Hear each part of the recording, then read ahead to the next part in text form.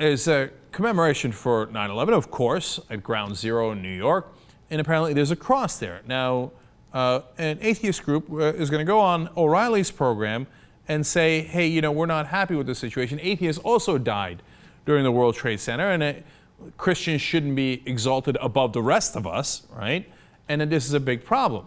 Now, Fox and Friends is going to analyze that clip on their program, and they are, of course, outraged.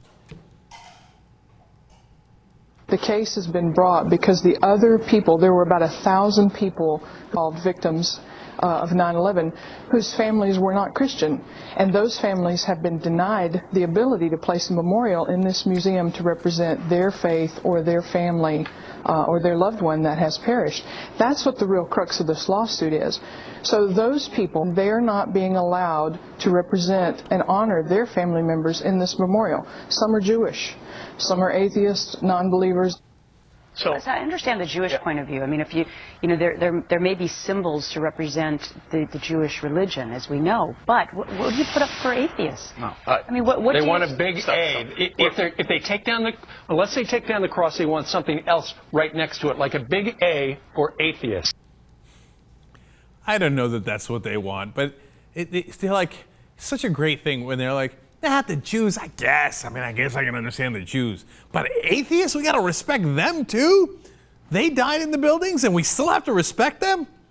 Well, bowling's about to go over the top. Let's watch. Absolutely crazy. This is nuts. Stop it. I was there. I lost a lot of friends in that. I watched that thing. That cross, what ended up being two I-beams put together, it happened.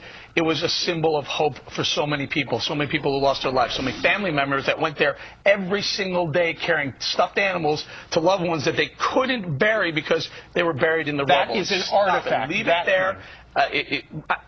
Raise it to the top, put it on the top. These atheists have nowhere to go with this. 2,000 people, by her own admission, Ms. McBain said 2,000 people are Christians there. That's a symbol to them. Stop it. And by the way, I think somewhere around 80% of America is Christian or believes in some form of Christianity. That symbolizes something very hopeful to them as well. So.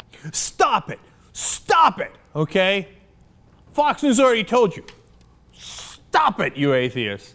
Okay, but a third of the people that died were not Christian. So they don't like it that you, or at least some of them, I don't mind. It's not a big deal to me, and I understand the point that, hey, you know what, majority of the people were Christian, majority of the country is Christian. It doesn't bother me. But I also understand it if it bothers some people. If they go there and they lost a loved one and then they weren't Christian and they see this gigantic cross, maybe it makes them uncomfortable. Maybe you should care about the people who were also hurt on that same day. But bowling's like, I lost people there that I know. I know, but so did they. But in a Fox News mind, you can't get it through their head that your perspective is not the only allowable perspective. And they continue.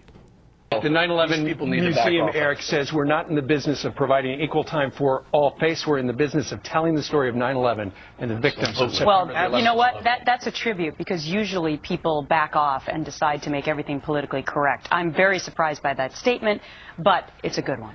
So they are going to keep the cross there, and of course Fox News is ecstatic about it.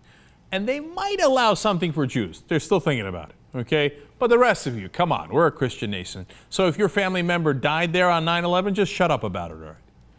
So, look, like I said, I'm not outraged by the cross, but I guess if you're a family member there and that makes you uncomfortable, I think that's something that should be taken into account.